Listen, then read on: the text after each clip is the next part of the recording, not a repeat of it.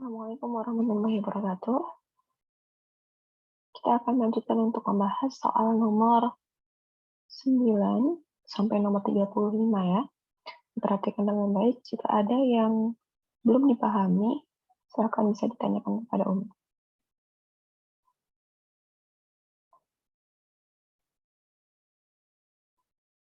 Panjang salah satu diagonal belah ketupat adalah 12 cm.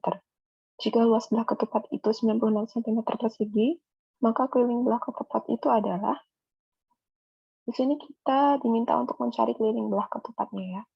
Berarti keliling itu kita butuh panjang sisinya. Misalnya kita punya belah ketupatnya. Nah, yang perlu diingat adalah belah ketupat itu punya panjang sisi yang sama. Dan ini panjang sisinya sama. Gitu. Kemudian, kalau kita mau cari panjang sisinya, berarti kita harus tahu diagonal-diagonalnya.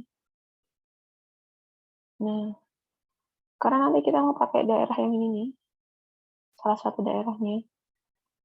Misalnya daerah yang Umi arsir. Ketika kita tahu panjang diagonalnya, berarti kita bisa menemukan panjang yang di sini, kemudian nanti kita bisa cari panjang sisinya. Gitu ya. Di sini diketahui diagonal belah ketupat adalah 12 cm. Misalnya diagonal yang ini 12 cm gitu kan ya. Berarti separuhnya, ini kan separuhnya ya kalau ada perpotongan diagonal seperti ini. Berarti di sini adalah 6. Kemudian yang satunya lagi berapa diagonalnya? Kita cari menggunakan luasnya yang 96 cm persegi ini. Berarti kita punya luas sama dengan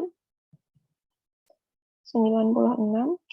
Luas belah ketupat itu adalah setengah kali diagonal 1 kali diagonal 2. Nah, ya ini harus diingat rumusnya. Jadi belah ketupat ini rumusnya sama seperti layang-layang. Ya. Kemudian kita substitusi setengah dikali 12 kali D2 sama dengan 96. Berarti ini kita bagi ya. 12 dan 2 sama-sama bagi 2, berarti kita dapat 6. Berarti 6D2 itu sama dengan 96. Berarti kita punya D2-nya 96 kita bagi dengan 6. Berarti hasilnya adalah 9 bagi 6, 1. 36 bagi 6, 6. Berarti 16 ya. Berarti 16 diagonal, panjang diagonal 2 ini 16. Yang ini 16. Berarti separuhnya itu 8. Nah, kita cari S-nya. S-nya kita cari menggunakan rumus Pythagoras. Berarti 6 kuadrat ditambah 8 kuadrat itu. Kalau sisi miring yang dicari berarti ditambah ya. Akar dari dua buah sisi yang dikuadratkan gitu. Kemudian dijumlahkan. Berarti kita punya akar 36 ditambah 64. Berarti kita punya di sini akar dari 100. Berarti kita punya adalah 10 ya. Jadi panjang sisi-sisinya ini 10. Nah, kemudian kalau nyari keliling, berarti kita cari kelilingnya itu sama dengan 4S ya, 4 kali S. S-nya tadi 10 ya kan. Ini taruh ke sini ya. 4 kali 10 berarti hasilnya adalah 40. Gitu ya. Jadi jawabannya adalah yang A.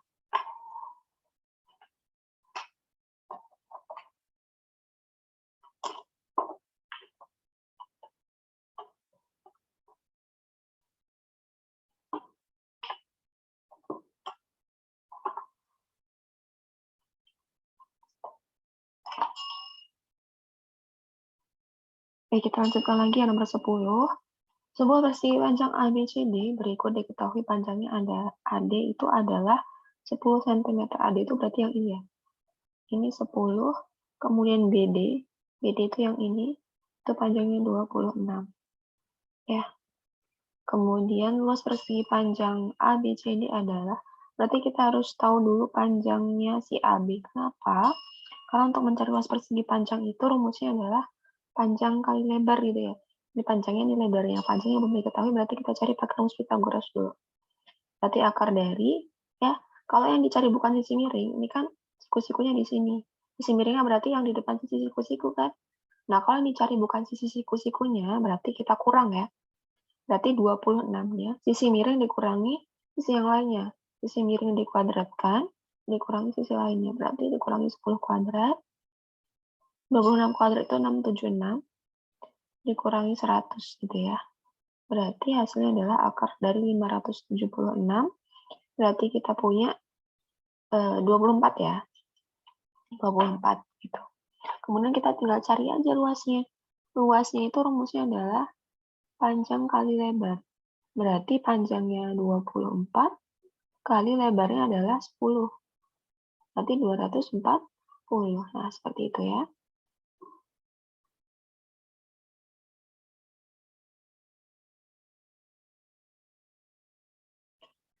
Oke, kita lanjut lagi ya ke nomor 11.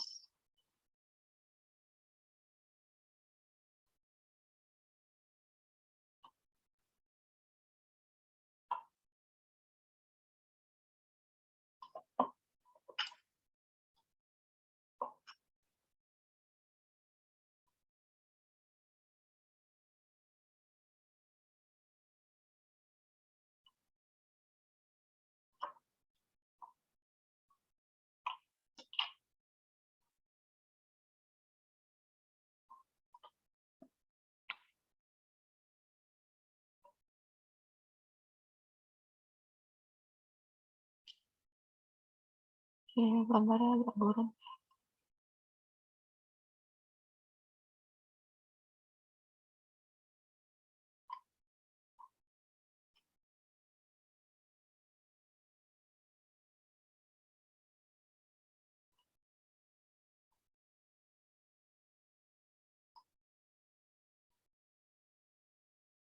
Kita tunggu sebentar ya.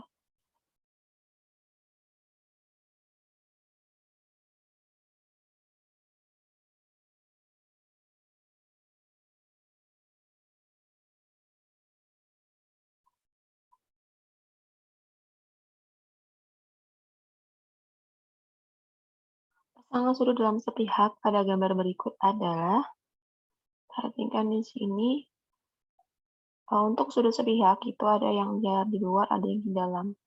Jadi untuk yang dalam sepihak itu nih, yang ini, ya, ini sepihak nih, di posisi sebelah atas semua ya, di atas garis yang ada panahnya ke kanan dan kiri ini. Kemudian ini dalam sepihak, ini juga dalam sepihak. Jadi yang warna ini adalah dalam sepihak. Kemudian ada yang namanya luar sepihak.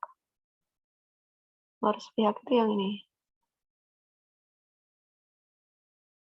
Ya, luar sepihak. Ini luar sepihak.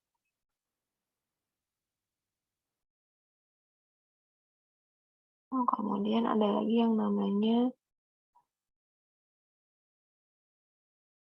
berseberangan ya, ini berseberangan. Kemudian yang ini dengan yang ini juga. Yang hijau ini namanya dia luar berseberangan.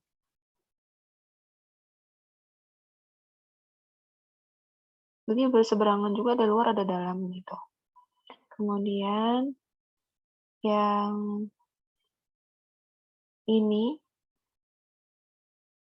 ya.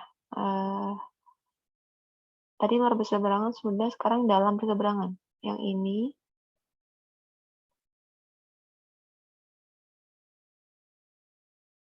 kemudian dengan yang ini, kemudian dengan yang ini. Yang ini dalam berseberangan.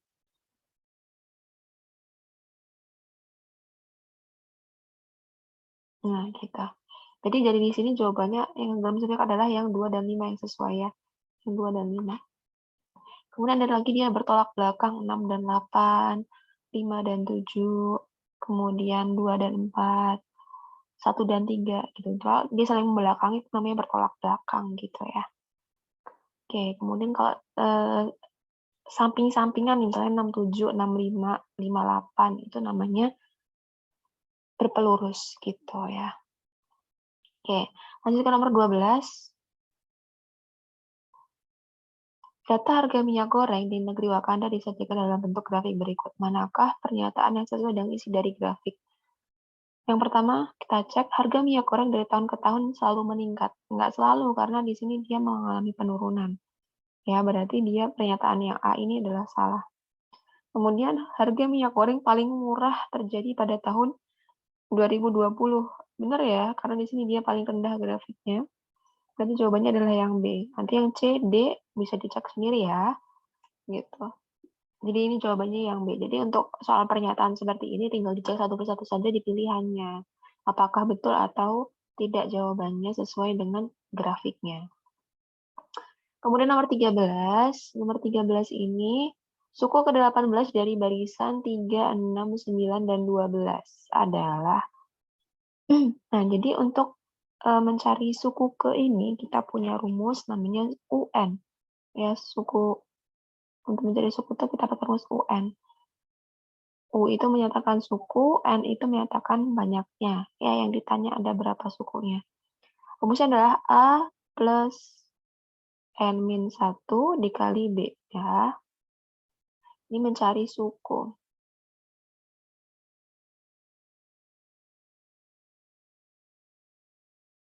Nah, nanti dihafalin ya rumusnya ya. Oke. Di sini yang A-nya mana, yang N-nya yang mana, B-nya yang mana gitu ya. Ini sebagai N ya, 18 ini sebagai N. Kan UN. N-nya itu sebagai yang ditanya.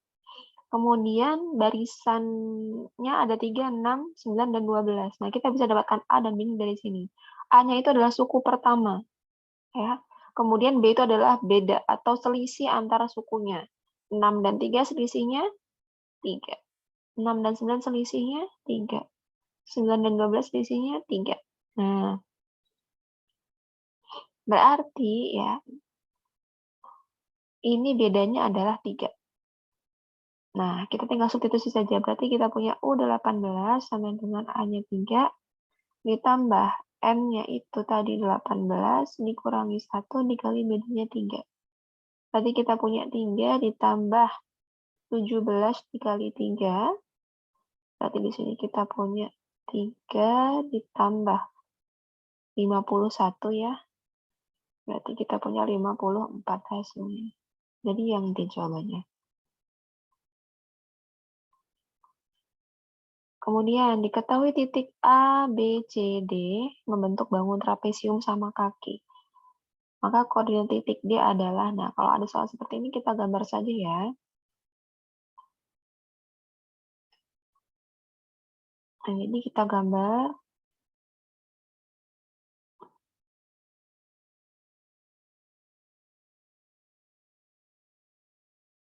Nah, ya 0, 1, 2, 3, 4, 5.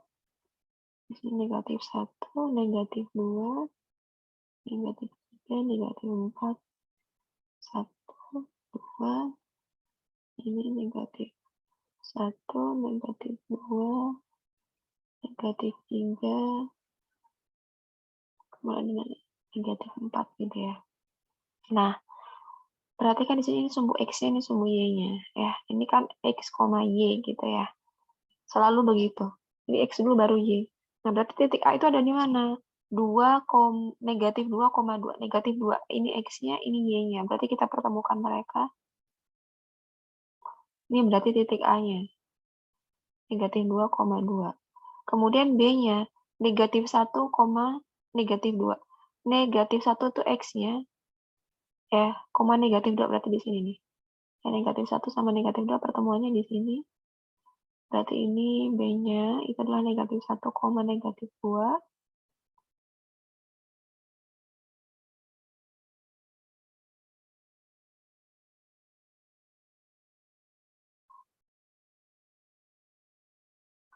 Membedakan warnanya ya biar nggak susah lihatnya. Ini titiknya, ini titiknya. B-nya negatif 1, negatif 2. Nah, kemudian C-nya tuh 5,2. Berarti 5,2 itu di sini. X-nya 5, Y-nya 2. Nah, berarti di sini. C-nya 5,2. Nah, sekarang tinggal D-nya di mana? Lihat di sini, dan ini titiknya negatif 2 X-nya, ini titiknya negatif 1 gitu ya. Kalau trapesium itu kan nanti dia akan sejajar di bagian sini. Nah, ini kemudian sama yang bawah gitu kan, karena dia sejajar. Ada sisi sejajarnya.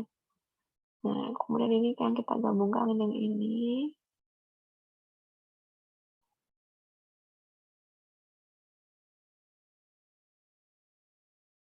Nah, ini ya. Nah, berarti kita tinggal cari titik D-nya. Sekarang kita perhatikan di sini itu kita punya jarak antara titik ini sama titik ini kan 1 ya. Berarti jarak titik ini sama yang di sebelah sininya nanti, ya di sebelah sini itu nanti juga 1. Berarti kita dapat titiknya itu 4. Kemudian negatif 2-nya tinggal kita tarik. Nah, berarti di sini. Nah, ini titiknya ya. Titik yang D. Berarti D itu adalah, lihat di sini 4, X-nya, kemudian Y-nya negatif 2. Nah, ini dia.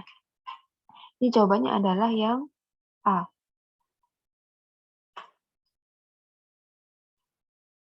Kemudian, relasi yang tepat dari pasangan berikut adalah, nah kalau misalnya bingung lihatnya seperti ini, kita bisa buat diagramnya ya.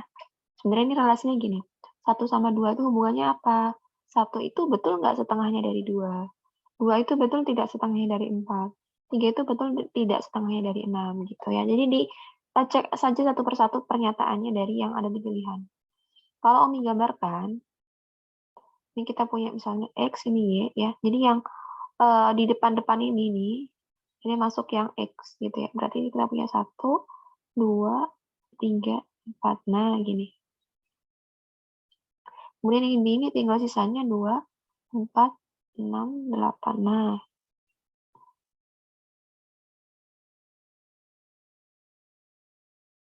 Nah, gini ya.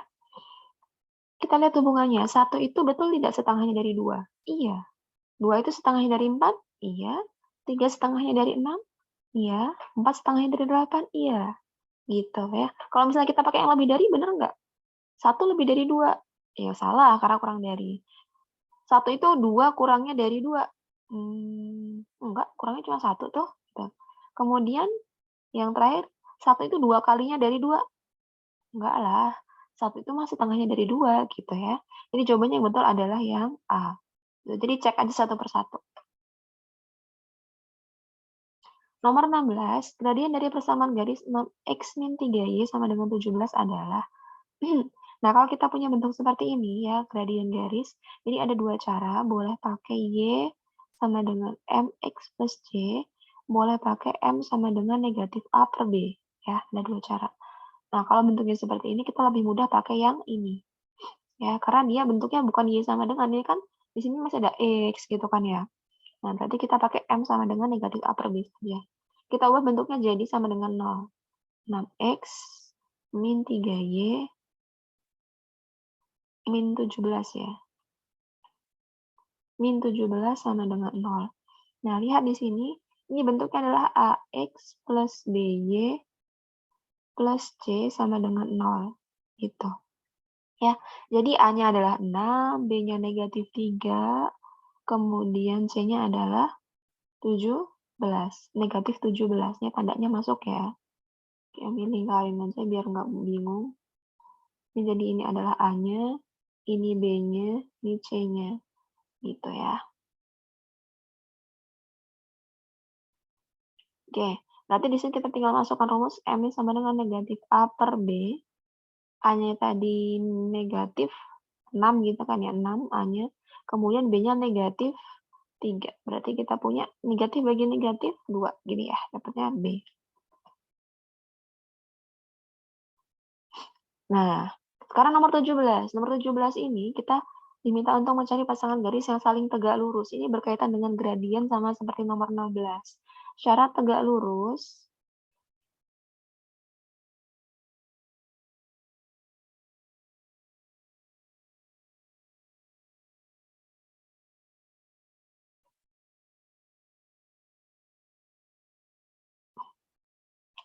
Oke. Syarat tegak lurus Syarat tegak lurus itu kalau ada gradien pertama ya, gradien suatu garis yang pertama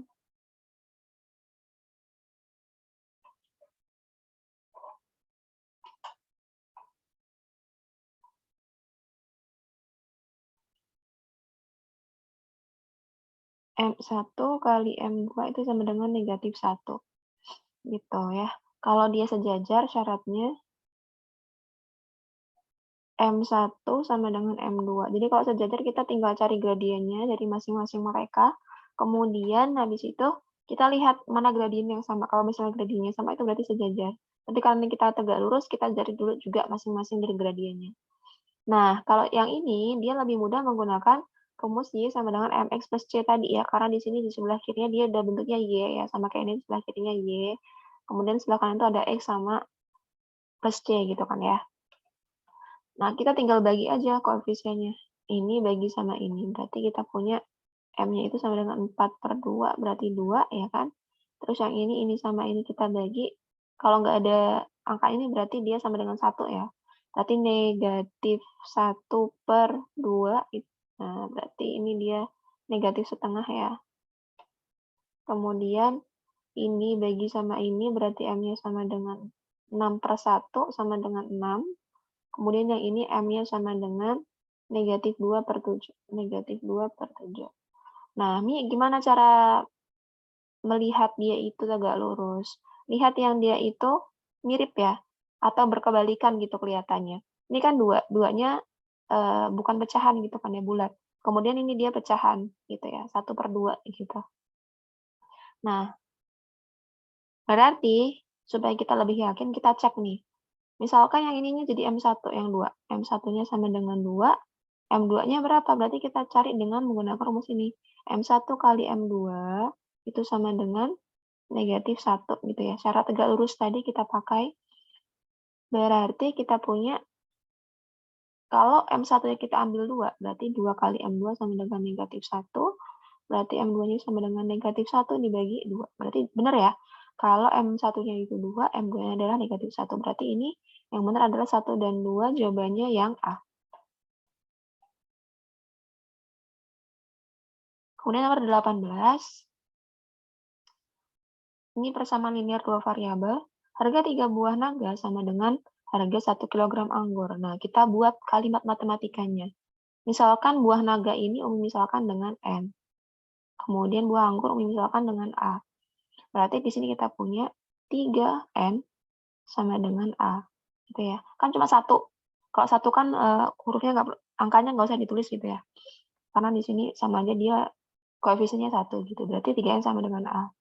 Kemudian jika harga 4 kg anggur, apel, di sini apel harusnya naga ya. 4 kg buah naga itu sama dengan, maksud Umi 4 kg buah naga dan 2 kg anggur itu sama dengan 90.000 gitu ya. Ditambah 2 kg anggur sama dengan 90.000, maka harga 1 kg buah naganya berapa? Nah, di sini kita punya dua persamaan. Persamaan pertama ini bisa kita substitusi. Atau dimasukkan ke persamaan 2 gitu ya. 1 ke 2. Nah, gini. Berarti di sini kita punya ada 4N plus 2A itu sama dengan 90.000. Nah, kan gini ya. Kita tahu A-nya itu sama dengan 3N, berarti A-nya kita ganti dengan 3N. 4N plus 2 dikali 3N itu sama dengan 90.000. Berarti kita punya 4N ditambah 6N sama dengan 90.000. Berarti kita punya 10N itu sama dengan 90.000. Berarti N-nya 90.000 dibagi 10. Hasilnya adalah 9.000. Jawabannya yang B.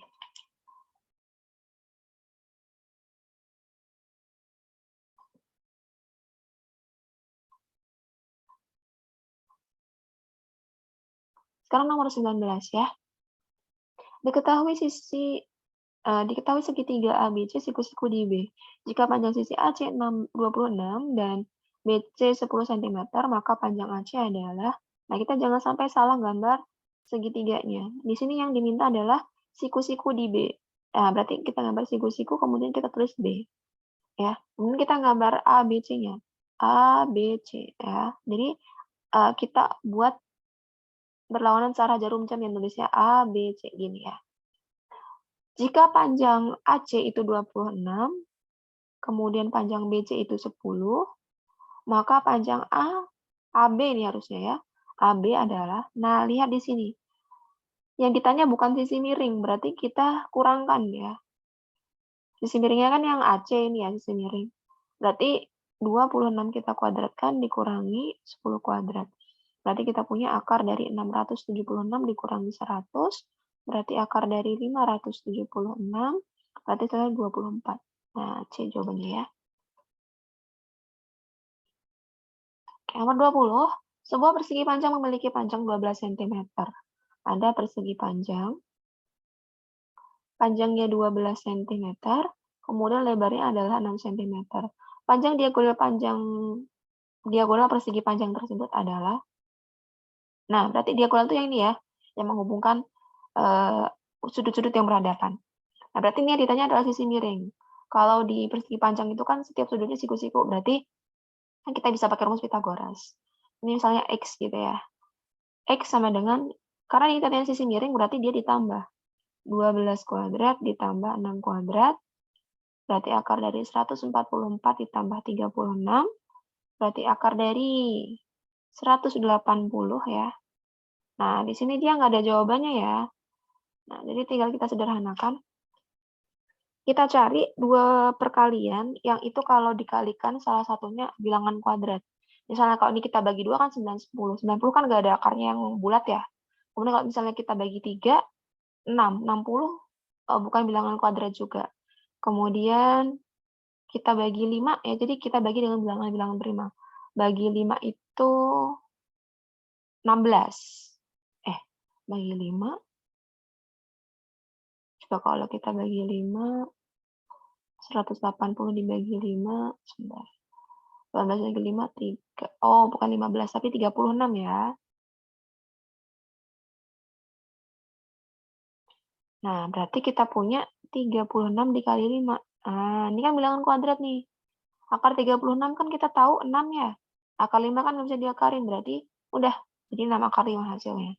Itu kalau misalnya kita bertemu dengan yang akarnya itu hasilnya tidak bulat, ya masih ada bentuk akarnya, cara mencarinya seperti ini. Kemudian nomor 21, alas limas berbentuk belah ketupat. Nah, ini Umi ganti rumusnya dengan menggunakan prisma ya, karena nanti kalau misalnya pakai limas ini nggak ketemu di pilihannya. Cuma yang harus kita tahu, volume limas itu rumusnya adalah sepertiga kali luas alas kali tinggi gitu. Nah, sedangkan nanti volume prisma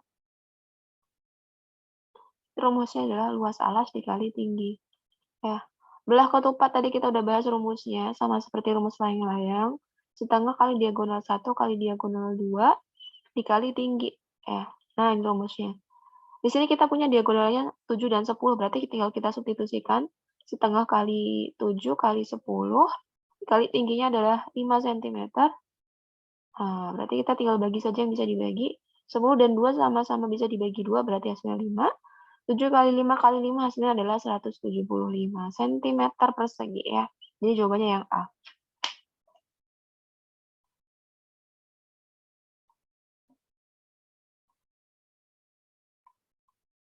Oke, kita lanjut. Yang nomor 22. Ini ditanyakan modus. Nah, yang harus kita tahu bahwa modus itu adalah nilai yang banyak muncul. Nilai yang paling banyak muncul.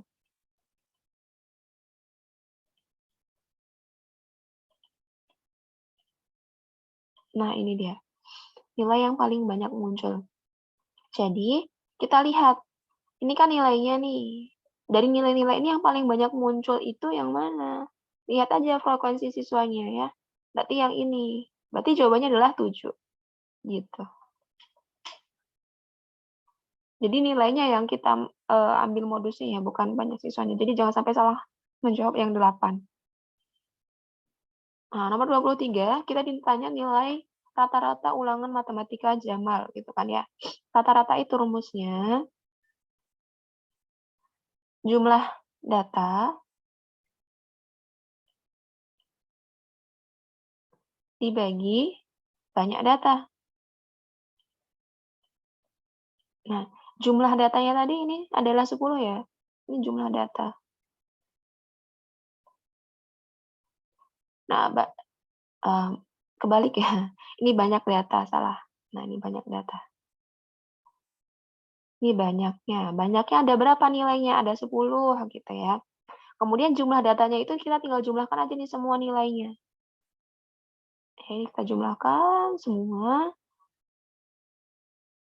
Nanti kita dapatnya adalah 720. Berarti di sini kita punya jumlah datanya 720, kemudian banyak datanya 10, berarti kita punya 72 hasilnya. Gitu ya. Kemudian nomor 24, 2 buah koin dilempar bersama-sama. Banyaknya anggota ruang sampelnya adalah banyak anggota ruang sampel. Nah, lihat di sini ada 2 buah koin. Satu koinnya itu dia punya 2 sisi gitu ya, 2 sisi mata uang, mata koin gitu. Berarti ini adalah 2 ini adalah ruang sampel satu koinnya.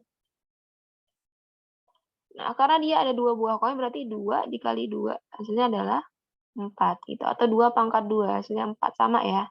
Gitu. Berarti kita bisa pakai rumus 2 pangkat N gitu. Jadi kalau misalnya 3 koin ya berarti 2 pangkat 3.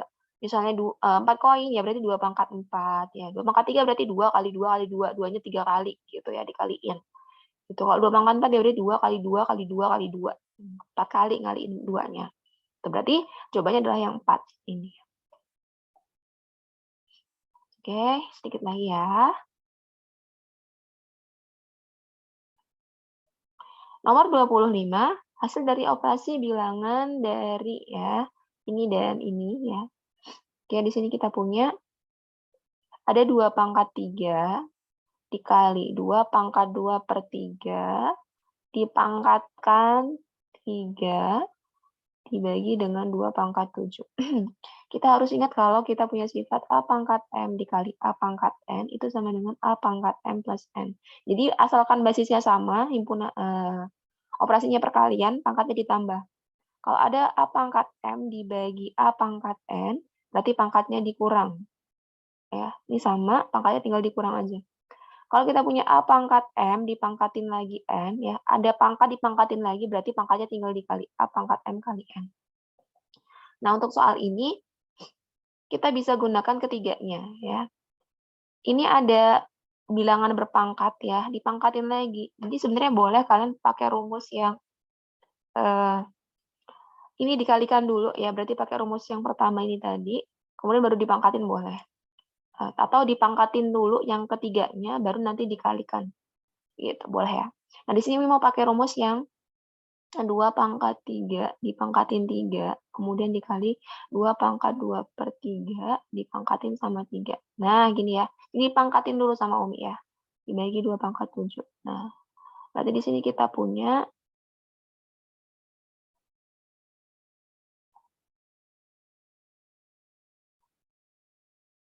ini dipangkatin 3 kali 3. Itu berarti berapa? 9 ya. Berarti kita punya 2 pangkat 9 dikali. Nah, ini bisa dibagi nih 2 per 3 dikali 3 kan. 3 sama 3-nya bisa dibagi. Kita tinggal punya 2 pangkat 2 dibagi sama 2 pangkat 7. Nah, perkalian pangkatnya ditambah. 2 pangkat 9 ditambah 2 dibagi sama 2 pangkat 7. Berarti dikurang. Nah, berarti kita punya 2 pangkat 11 dikurangi 7 itu 4 ya. Nah, 2 pangkat 4 ini berarti 2 kali 2 kali 2 kali 2 gitu kan ya. Hasilnya 16. Berarti jawabannya yang B. Oke, nomor 26. Nomor 26 kita buat timbulan penyelesaian. Kita punya X kuadrat ditambah 10X plus 21 sama dengan 0. Nah, kita faktorkan ya. Nah, nanti kalian tinggal buat aja 2 buah kurung seperti ini, kemudian pisahkan X-nya. X-nya kan kuadrat. Kuadrat berarti kan ada X kali X ya kan. Kita pisah di sini X sama X. Nah, gitu ya. Kemudian di sini lihat 21. Bilangan berapa yang ketika dikalikan hasilnya 21, kemudian ketika ditambah hasilnya 10. Kan kita punya 7 kali 3 ya, untuk menghasilkan 21 gitu kan ya. 7 sama 3 kalau ditambah hasilnya 10 juga enggak gitu. Oh iya ternyata, berarti di sini tinggal kita tambahkan tanda plusnya. Jadi plus, plus otomatis tandanya juga plus sama plus gitu ya. Oke, kita tinggal membuat nolnya, X plus 7, ya ini kita sama dengan 0, kemudian X plus 3-nya kita sama dengan 0. Nah, berarti kita punya X sama dengan kedua-dua sama-sama dikurangi dengan 7, berarti kita dapat min 7, atau berpikirnya pindah Mi, tandanya berubah. Nah, boleh juga triknya gitu ya. Oke, berarti di sini negatif 3. Kita dapat jawabannya negatif 7 sama negatif 3. Nah, jadi jawabannya yang A. Oke, nomor 27 sama caranya seperti yang nomor 26. Kita tinggal buat 2 buah kurung seperti ini. X-nya kita pisahkan, kemudian kita cari bilangan yang kalau dikalikan hasilnya negatif 24. Berarti kan 24 itu perkalian 6 sama 4 gitu kan ya, atau 8 sama 3. Nah, cuma kita milihnya juga lihat di sini. Di sini kan tandanya negatif ya, berarti kita cari 6 sama 4 itu kalau kurangkan hasilnya 2 enggak gitu ya.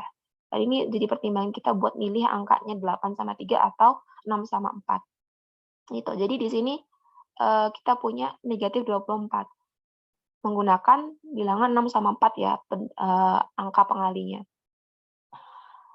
Supaya kita mendapatkan negatif 24 kan berarti salah satunya harus negatif. Nah, tapi yang negatif yang mana? Kita lihat, di sini yang diminta adalah ketika dijumlahkan negatif 2. Berarti di sini tandanya negatif, di sini tandanya positif. Karena ketika 6, negatif 6 sama 4 ini ditambahkan ya. Negatif 6 ditambah 4 itu hasilnya negatif 2 gitu kan, sesuai dengan yang di sini. Gitu. Negatif 6 kalau dikali 4 ya sama, di sini dapatnya negatif 24 gitu. Jadinya yang diminta adalah yang ini. Jadi jawabannya adalah yang B. Oke, nomor 28. Nomor 28 ini kita tinggal lihat aja yang di sebelah sininya nih. Ini sama itu. Ini X1 misalnya, ini X2-nya. Ini nggak usah dilihat. Ya, titik puncaknya nggak usah dilihat. Kemudian kita punya rumus X min X1 dikali X min X2 sama dengan 0. Ya, kita tinggal masukin aja nih X1 sama X2-nya. X min X1-nya itu min 1, kemudian X min X2-nya itu 5. Nah, min jadi plus ya. X plus 1, X min 5. Nah, tinggal kita kalikan satu per satu. X kali X, X kuadrat. X dikali negatif 5, itu negatif 5X ya kan? Kemudian kita kalikan yang ini, 1 dikali X itu plus X, 1 dikali negatif 5 itu negatif 5. Berarti tinggal kita operasikan yang sejenis, ini dengan ini ya. Negatif 5 ditambah 1 berarti negatif 4X. Nah, tinggal kita tulis sisanya. Berarti kita dapat yang A. Kemudian nomor 29 yang kita cari adalah akar-akar persamaan kuadrat. Ya. Kalau akar-akar persamaan kuadrat itu berarti kita harus cari D lebih dari 0, D sama dengan 0, atau D kurang dari 0 ya. Kalau lebih dari 0 itu dia nanti akar real dan berbeda, kalau D sama dengan 0 itu akar real kembar, dan D kurang dari 0 itu akarnya imajiner. D itu siapa sih, Mi? D itu sama dengan diskriminan. Dengan diskriminan. D itu rumusnya adalah B kuadrat min 4AC. A-nya mana, B-nya mana, C-nya mana, Umi? Sama yang kayak tadi Umi jelasin di awal.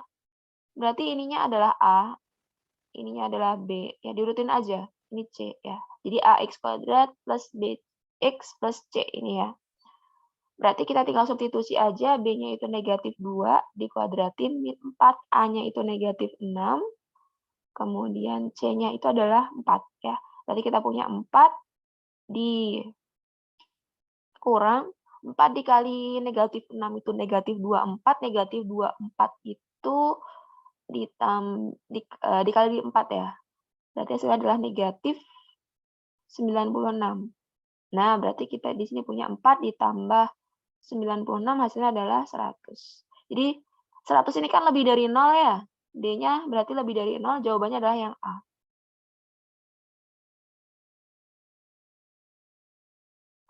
Nomor 30 ini lebih mudah kalau misalnya kita gambar. Khawatir lupa rumus ya. Jadi di sini kita punya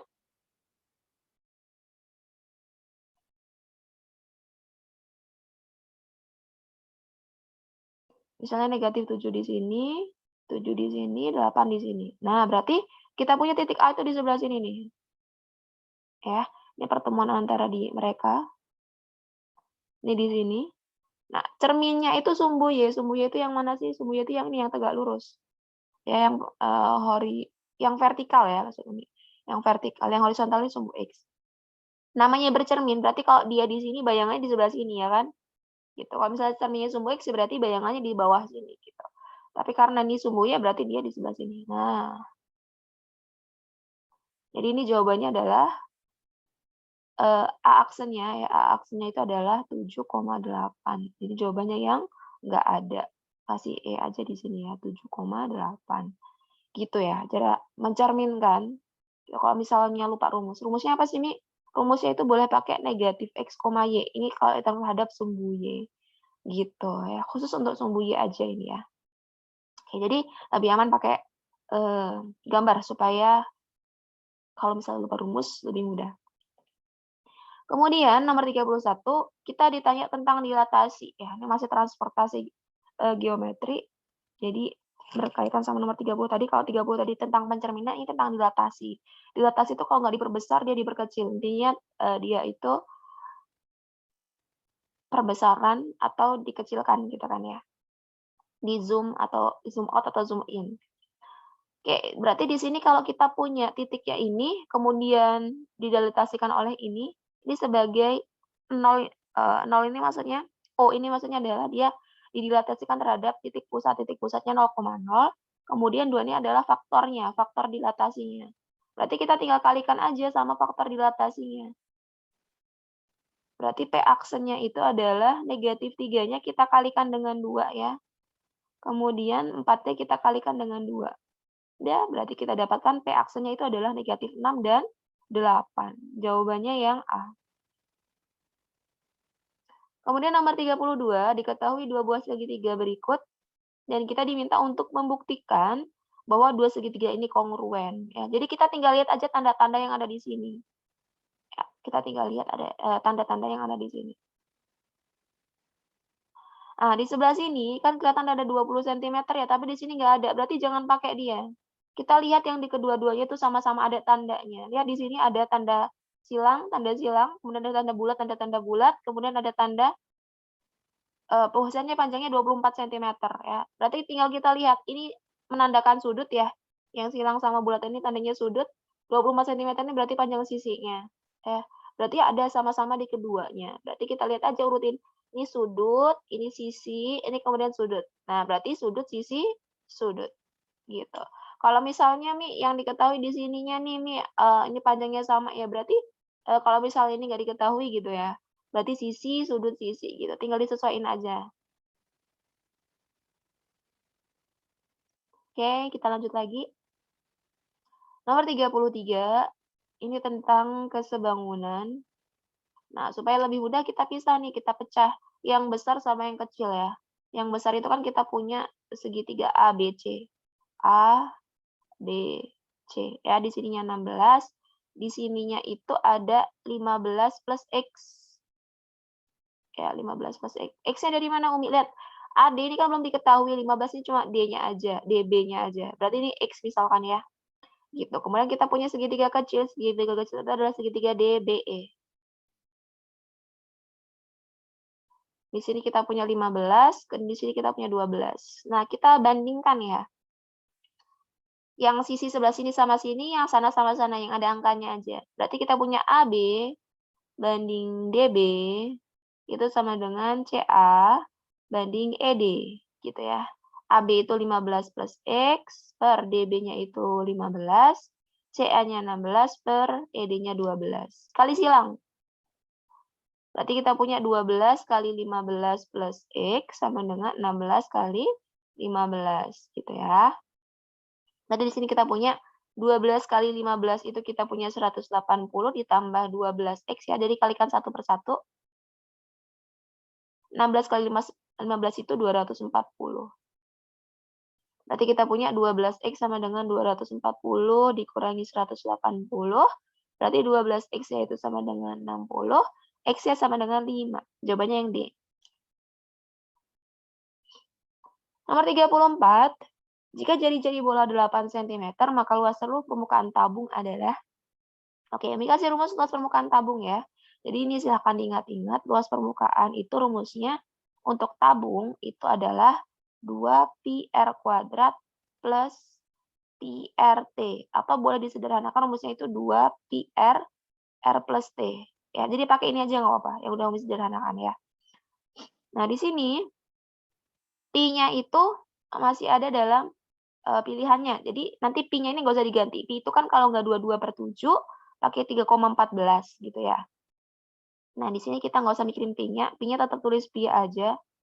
Kemudian jari-jarinya berapa, Umi? Jari-jarinya 8, udah jelas di sana ya. 8 ditambah, nah tingginya sekarang. Nah, ini kan kalau Umi bagi kayak gini ya.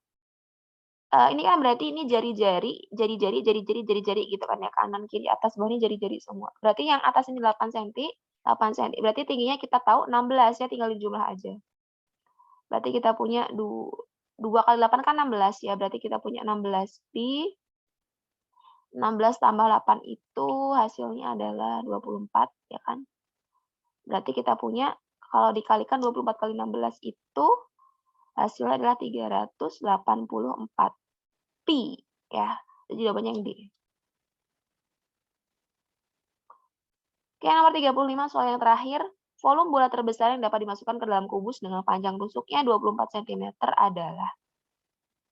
Ini misalnya kubusnya nih ya. Kubusnya.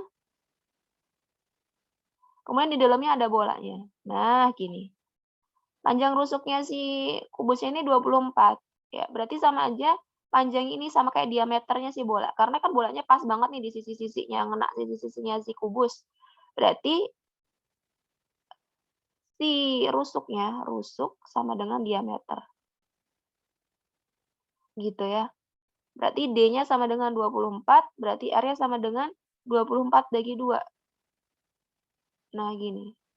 Berarti hasilnya adalah, berapa tuh? 2 bagi 2, 1, 4 bagi 2, 2. 12 ya. Oke, hasilnya 12. Nah, ini nanti yang kita masukkan ke rumus untuk mencari si volume bola.